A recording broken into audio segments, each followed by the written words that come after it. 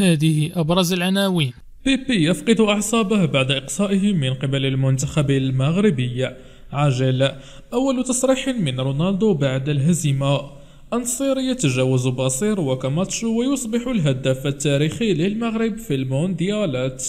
والآن إلى التفاصيل، ولكن من قبل باش تكون أول واحد كيتوصل بجديد الأخبار العالمية والمغربية، المرجو وضع زر إعجاب واشتراك وتفعيل الجرس. بيبي يفقد أعصابه بعد إقصائه من قبل المنتخب المغربي في رد فعل غريب من اللاعب البرتغالي بيبي عقب الإقصاء من مونديال قطر 2022 على يد المنتخب المغربي. هاجم بيبي بقوة حكم المواجهة الأرجنتيني فاكوندو تيو، مشيرا إلى أنه من غير المقبول اختيار حكم من دولة ليونيل ميسي لإدارة تلك المباراة. وصرح بيبي عقب اللقاء قائلا: من غير المقبول لحكم أرجنتيني أن يدبر المباراة اليوم بعد ما حدث بالأمس، خاصة بعد تصريحات ميسي ولاعبي الأرجنتين.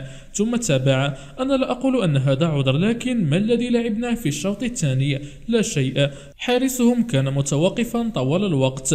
ثم أضاف الحكم 8 دقائق فقط من الوقت المحتسب بدل الضائع. وربح الأسود مباراتهم ضد الفريق البرتغالي بهدف دون رد سجله المهاجم يوسف نصيري، ليتأهل أبناء وليد ركراكي لأول مرة عبر تاريخ المنتخبات العربية والإفريقية إلى نصف نهائي المونديال. عاجل. أول تصريح من رونالدو بعد الهزيمة. أنهي المنتخب البرتغالي بهزيمة من منتخب المغرب في المباراة التي جمعتهم اليوم على ملعب التمام ضمن مباريات ربع نهائي كأس العالم. وأقصي المنتخب البرتغالي من كأس العالم عقب الخسارة أمام المنتخب المغربي. وسرعان ما بكى رونالدو بعد نهاية المباراة بعد مغادرة البرتغال المحفل المونديالي، كما رفض الإدلاء بأي تصريحات صحفية وظل يبكي حتى دخل إلى غرفة تغيير الملابس.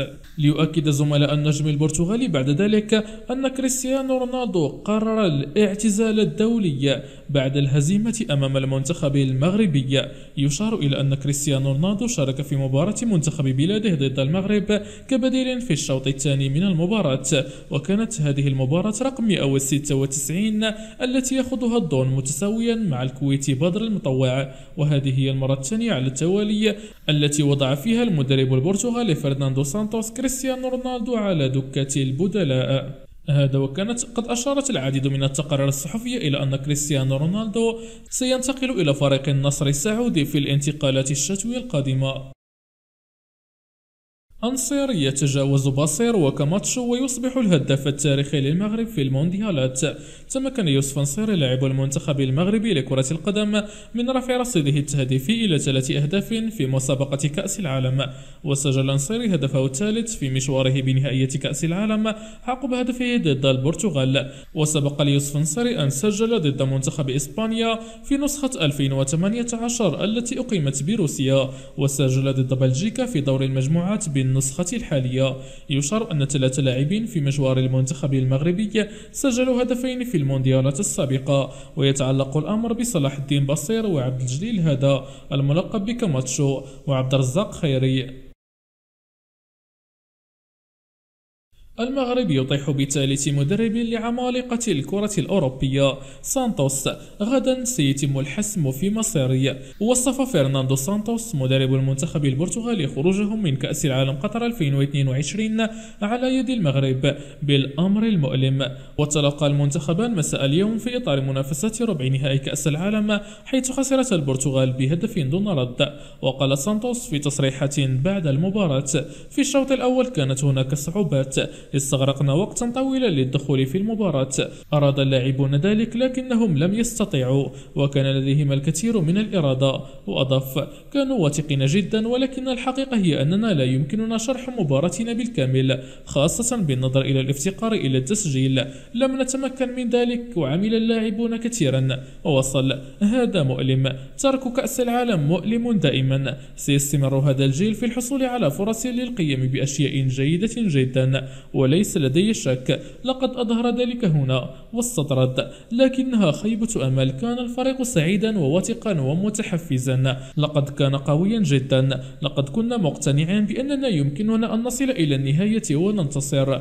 وفيما يتعلق بمستقبله قال سانتوس: سأذهب إلى لشبونة وبعد ذلك سأتحدث مع رئيس الاتحاد، نفهم ما هو الأفضل للفريق البرتغالي. يشار إلى أن تألق المنتخب المغربي في المونديال أطاح من قبل بمدرب المنتخب البلجيكي ومدرب المنتخب الإسباني.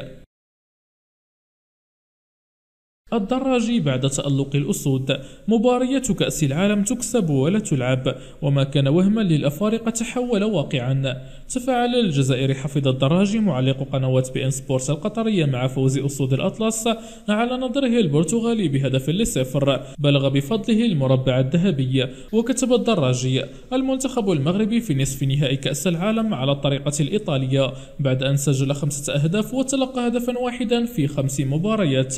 الجزائري نفسه زاد. أكد المنتخب المغربي أن مباريات كأس العالم تكسب ولا تلعب، تكسب بالمهارة والإرادة والروح العالية وبمدرب محترم متواضع يعمل أكثر مما يتكلم. وتبع الدراجي أن ما كان وهما بالنسبة للأفارقة صار حلما، تحول مع الوقت إلى واقع وليس مجرد صدفة. ألف مبروك للمنتخب المغربي وجماهيره. الأرجنتين تعبر إلى نصف نهائي المونديال بضربات الجزاء على حساب هولندا. تأهل المنتخب الأرجنتيني للدور قبل النهائي ببطولة كأس العالم لكرة القدم المقامة حاليا في قطر عقب فوزه على نظره الهولندي ب4-3 بركلة الترجيح بعد انتهاء الوقتين الأصلي والإضافي بالتعادل بهدفين لمثلهما في المباراة التي جمعتهما مساء أمس الجمعة على استاد لوسيل في دور الثمانية من بطولة كأس العالم. وتقدم المنتخب الأرجنتيني بهدف سجله نهويل مولينا في الدقيقة 38، وأضاف ليونيل ميسي الهدف الثاني في الدقيقة 73 من ركلة جزاء. لكن المنتخب الهولندي تمكن من العودة في النتيجة بهدفين سجلهما فوتر فيغورست في الدقيقتين 83 و11 من الوقت بدل الضائع للمباراة. وفي ركلة الترجيح سجل للمنتخب الأرجنتيني كل من ليونيل ميسي وباريديس وغونزالو مونتيل ولوتارو مارتينيز، وأهدر إنزو فرنانديز، فيما سجل للمنتخب الهولندي كل من تيور وفوت فيغوس ولوك ديونغ، فيما أهدر فيرجيل فان دايك وستيفن بيرغويس. ومن المقرر أن يلتقي المنتخب الأرجنتيني في الدور قبل النهائي مع نظره الكرواتي الذي تغلب على المنتخب البرازيلي.